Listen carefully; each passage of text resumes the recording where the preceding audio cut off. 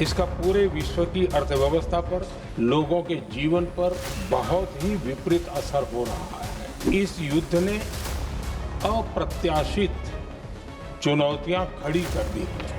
लगभग 1 करोड़ भारतीय खाड़ी देशों में रहते हैं और वहां काम करते हैं। युद्ध शुरू होने के बाद से लेकर अब तक 3,75,000 से अधिक भारतीय सुरक्षित भारत लौट चुके हैं। युद्ध के बाद से ही हॉर्मुज स्ट्रेट में जहाजों का आना जाना बहुत चुनौतीपूर्ण हो गया है। पेट्रोल डीजल की सप्लाई पूरे देश में सुचारू रूप से होती रहे, इस पर भी लगातार काम किया गया है। भारत डिप्लोमेसी के जरिए युद्ध के इस माहौल में भी भारतीय जहाजों के सुरक्षित आवागमन के लिए निरंतर प्रयास कर रहा है। माननीय प्रधानमंत्री नरेंद्र मोदी जी,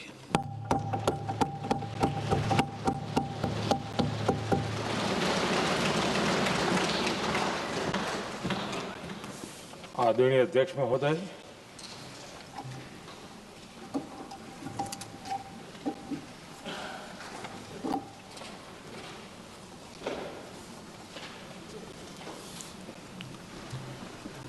आदरणीय अध्यक्ष महोदय,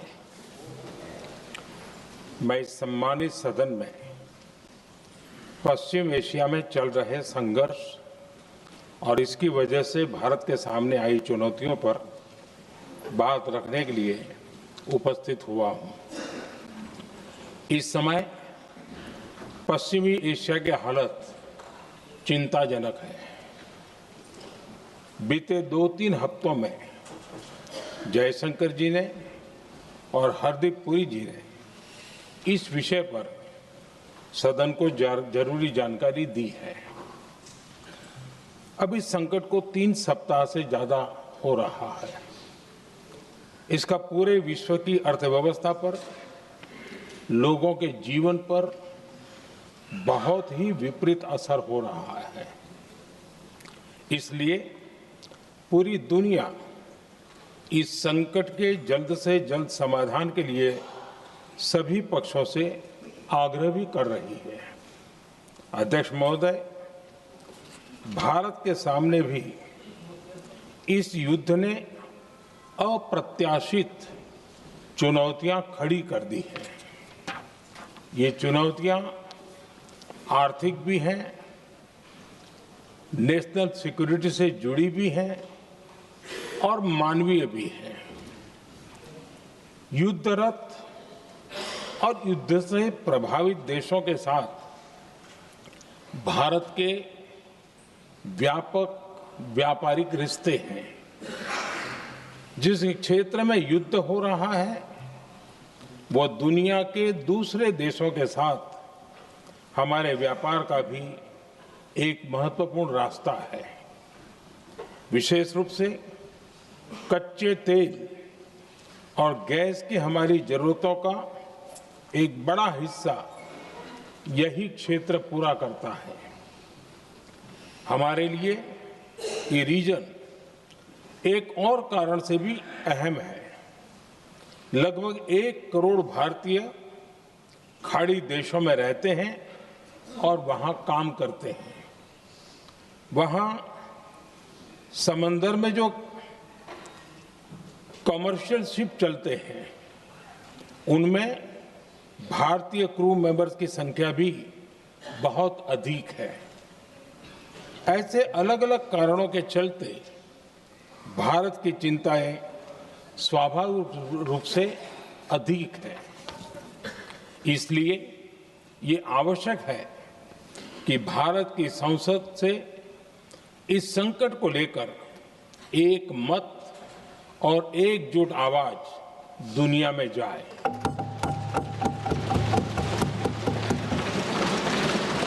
अध्यक्ष जी,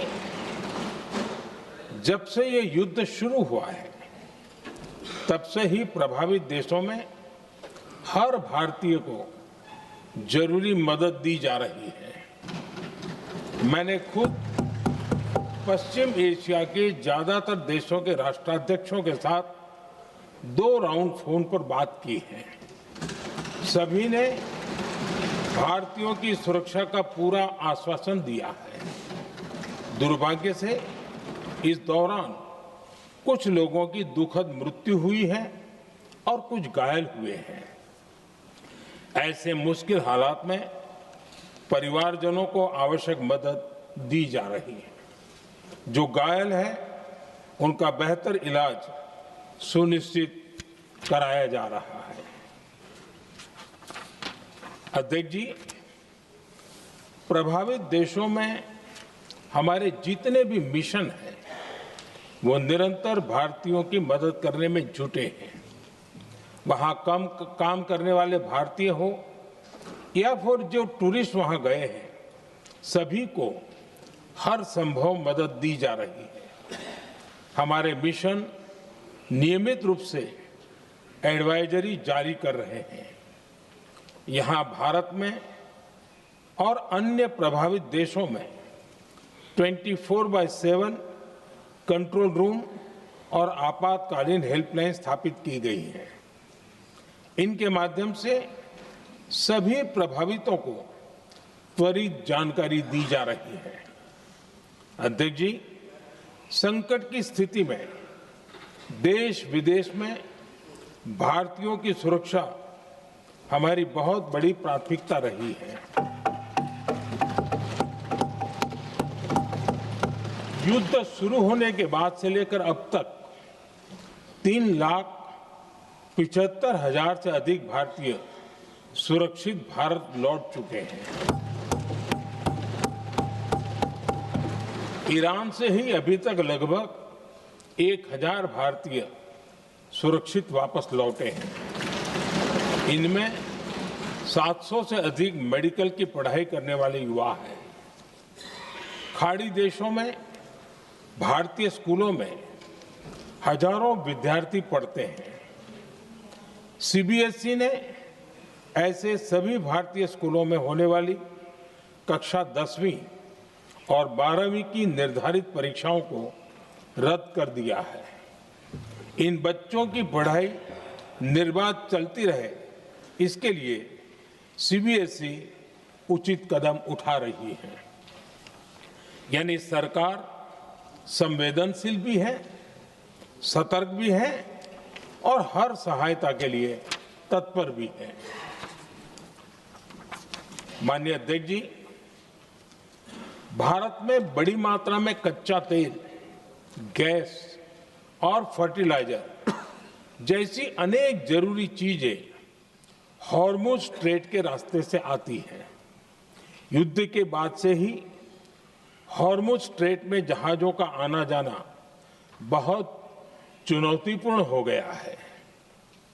बावजूद इसके हमारी सरकार का ये प्रयास रहा है कि पेट्रोल, डीजल और गैस की सप्लाई बहुत ज्यादा प्रभावित न हो। देश के सामान्य परिवारों को परेशानी भी कम से कम हो, इस पर हमारा फोकस रहा है। हम सभी जानते हैं, देश अपनी जरूरत की 60% एलपीजी आयात करता है। इसकी सप्लाई में अनिश्चितता के कारण सरकार ने एलपीजी के डोमेस्टिक उपयोग को प्राथमिकता दी है। साथ ही एलपीजी के देश में ही उत्पादन को भी बढ़ाया जा रहा है। पेट्रोल, डीजल की सप्लाई पूरे देश में सुचारू रूप से होती रहे, इस पर भी लगातार काम किया गया है। अध्यक्ष जी, आज की इन परिस्थितियों में एनर्जी सिक्योरिटी को लेकर बीते 1 दशक में उठाए गए कदम और भी प्रासंगिक हो गए हैं। भारत ने बीते 11 वर्षों में अपनी एनर्जी इंपोर्ट का डाइवर्सिफिकेशन किया है। पहले क्रूड ऑयल, एलएनजी, एलपीजी ऐसी एनर्जी जरूरतों के लिए 27 देशों से इंपोर्ट किया जाता था। वहीं आज भारत 41 देशों से एनर्जी इंपोर्ट करता है। अध्यक्ष जी, बीते दशक में भारत ने संकट के ऐसे ही समय के लिए कच्चे तेल के भंडारण को भी प्राथमिकता दी है। आज भारत के पास 53 लाख मीट्रिक टन से अधिक का स्ट्रेटेजिक पेट्रोलियम रिजर्व है और 65 लाख मीट्रिक टन से अधिक के रिजर्व की व्यवस्था पर देश काम कर रहा है। हमारी तेल कंपनियों के पास जो रिजर्व रहता है वो अलग है। बीते 11 वर्षों में हमारी रिफाइनिंग कैपेसिटी में भी उल्लेखनीय वृद्धि हुई है। अध्यक्ष जी, सरकार अलग अलग देशों के सप्लायर्स के साथ भी लगातार संपर्क में है। प्रयास ये है कि जहां से संभव हो वहां से तेल और गैस की सप्लाई होती रहे। भारत सरकार गल्फ और आसपास के शिपिंग रूट्स पर निरंतर नजर बनाए हुए है।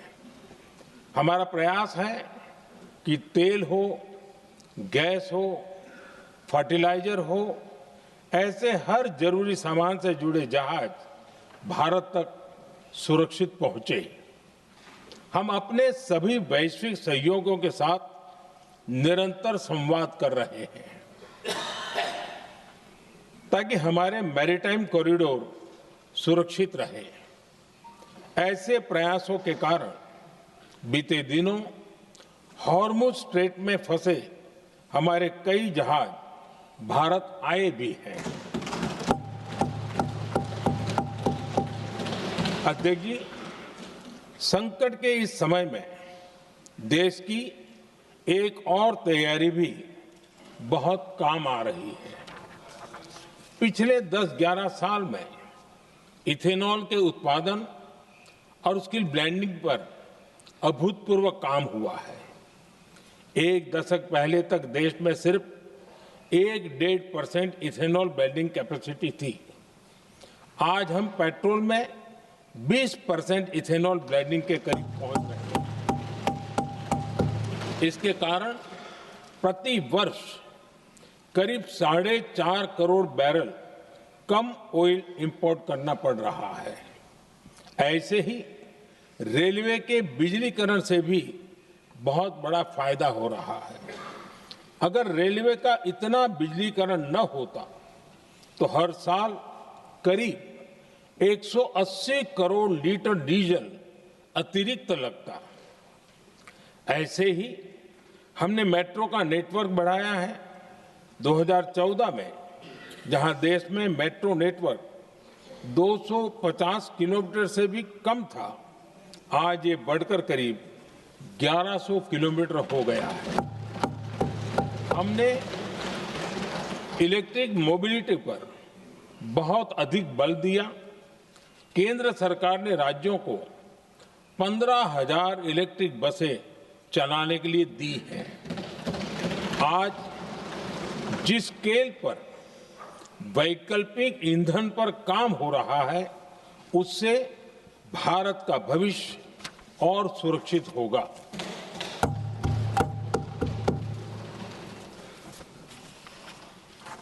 आदरणीय अध्यक्ष जी, हम जानते हैं कि एनर्जी आज इकोनॉमी की रीढ़ है और ग्लोबल एनर्जी नीड्स को पूरा करने वाला एक बड़ा सोर्स वेस्ट एशिया है।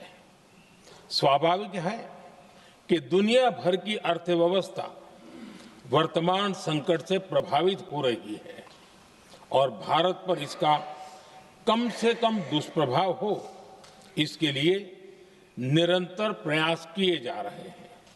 सरकार इसके शॉर्ट टर्म, मीडियम टर्म और लॉन्ग टर्म ऐसे हर असर के लिए एक रणनीति के साथ काम कर रही है।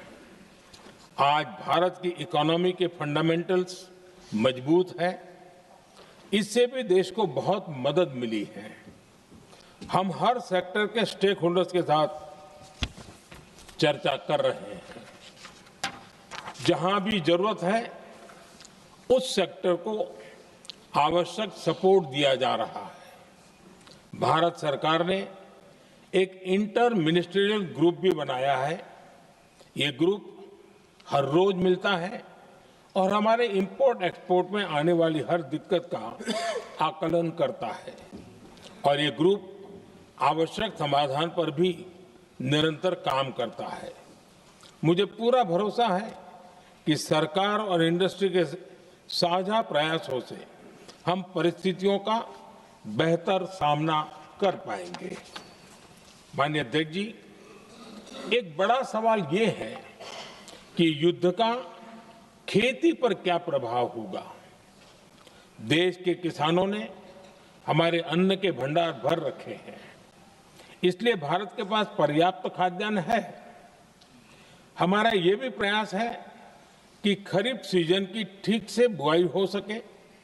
सरकार ने बीते सालों में आपात स्थिति से निपटने के लिए खाद की पर्याप्त व्यवस्था भी की है। अतीत में भी हमारी सरकार ने दुनिया के संकटों का बोझ किसानों पर नहीं पड़ने दिया था। कोरोना और उस समय के युद्धों के दौरान उस समय भी ग्लोबल सप्लाई चेन में डिस्ट्रप्शन आ गई थी। दुनिया के बाजार में यूरिया की एक बोरी 3,000 रुपये तक पहुंच गई, लेकिन भारत के किसानों को वही बोरी 300 रुपये से भी कम कीमत में उपलब्ध कराई गई। अध्यक्ष जी, देश के किसानों को इस प्रकार के संकटों से बचाने के लिए भी बीते वर्षों में अनेक कदम उठाए गए हैं। पिछले एक दशक में देश में 6 यूरिया प्लांट शुरू किए गए हैं। इससे सालाना 76 लाख मैट्रिक टन से अधिक की यूरिया प्रोडक्शन कैपेसिटी जुड़ी है। इस दौरान डीएपी और एनपीकेएस जैसी खाद का घरेलू उत्पादन भी करीब 50 लाख मैट्रिक टन बढ़ाया गया है। इतना ही नहीं, तेल और गैस की तरह खाद के आयात को भी डाइवर्सिफाई किया गया है। ऐसे ही डीएपी और एनपीके के आयात के लिए भी हमने अपने विकल्पों को विस्तार किया है। अध्यक्ष जी, सरकार ने देश के किसानों को made in India nano urea का विकल्प भी दिया है। सरकार किसानों को प्राकृतिक खेती के लिए भी प्रोत्साहित कर रही है। पीएम कुसुम योजना के तहत किसानों को 22 लाख से ज्यादा सोलर पंप दिए गए हैं। इससे भी डीजल पर उनकी निर्भरता कम हुई है। मैं सदन के माध्यम से देश के किसानों को विश्वास दिलाता हूं कि सरकार किसानों की हर संभव मदद करती रहेगी। आदरणीय अध्यक्ष जी, युद्ध का एक बहुत बड़ा चैलेंज ये भी है कि भारत में गर्मी का मौसम शुरू हो रहा है। आने वाले समय में बढ़ती गर्मी के साथ बिजली की डिमांड बढ़ती जाएगी। फिलहाल देश के सभी पावर प्लांट्स के पर्याप्त कोल स्टॉक उपलब्ध है। भारत ने लगातार दूसरे साल 100 करोड़ टन कोयला उत्पादन करने का रिकॉर्ड बनाया है। पावर जनरेशन से लेकर पावर सप्लाई तक के हमारे सभी सिस्टम की निरंतर मॉनिटरिंग भी की जा रही है और सरकार की तैयारियां उसको रिन्यूएबल एनर्जी से भी मदद मिली है। बीते दशक में रिन्यूएबल एनर्जी की तरफ देश ने बड़े कदम उठाए हैं। आज हमारी total installed power generation capacity का आधा हिस्सा रिन्यूएबल सोर्स से आता है।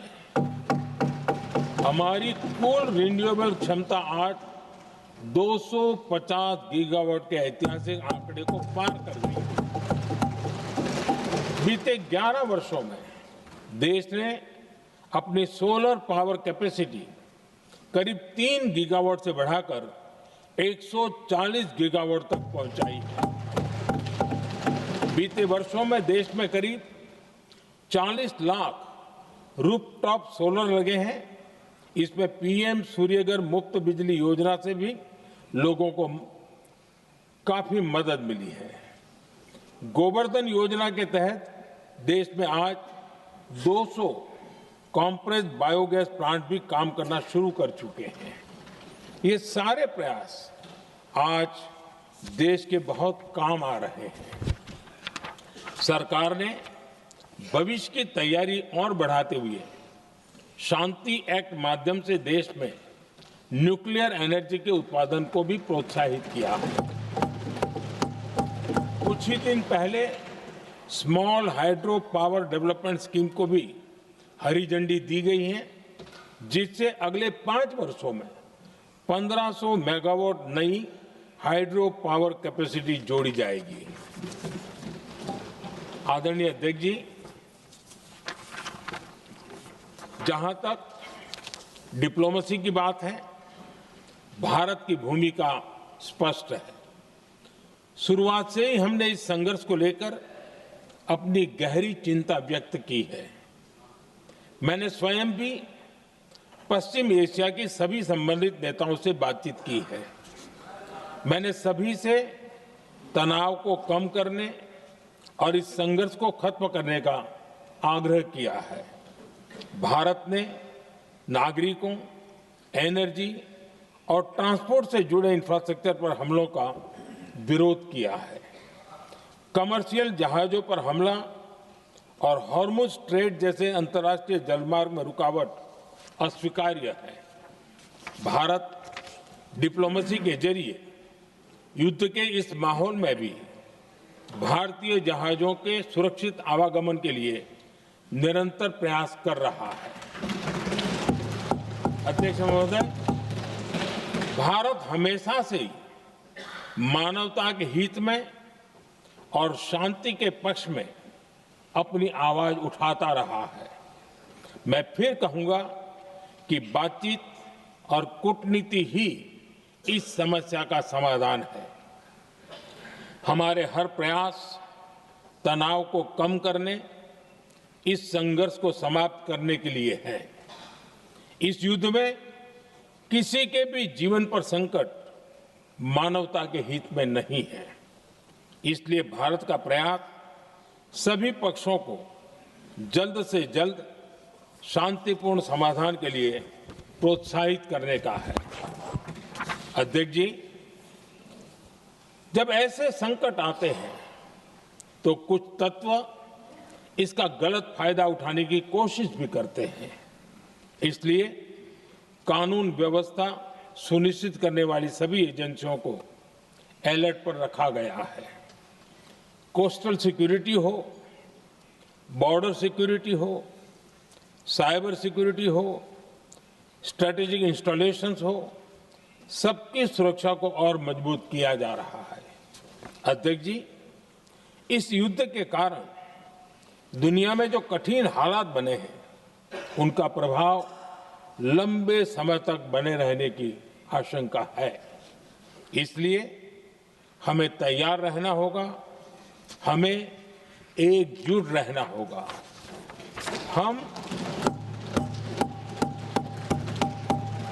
हम कोरोना के समय भी एकजुटता से ऐसी चुनौतियों का सामना कर चुके हैं। अब हमें फिर से उसी तरह तैयार रहने की आवश्यकता है।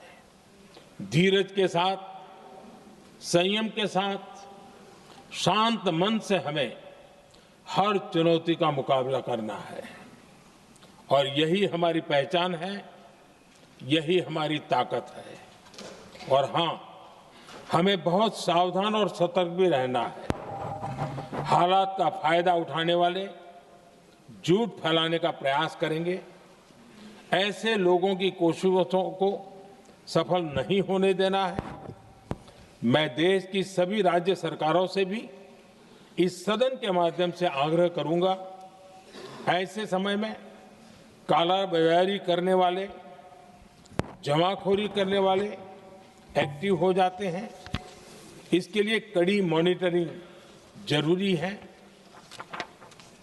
जहां से भी ऐसी शिकायतें आती हैं, वहां त्वरित कार्रवाई होनी चाहिए। देश की हर सरकार और देश का हर नागरिक जब मिलकर चलेंगे तो हम हर चुनौती को चुनौती दे सकते हैं। इसी आग्रह के साथ मैं अपना वक्तव्य समाप्त करता हूं। बहुत बहुत धन्यवाद। माननीय सदस्यगण, जिन्हें आज अपना नियम 377 के अधीन मामले उठाने हैं, वो व्यक्तिगत रूप से सभा पटल पर अपना प्रस्तुत पटल पर रख सकते हैं। आइटम नंबर 15 वित्त विधेयक 2026।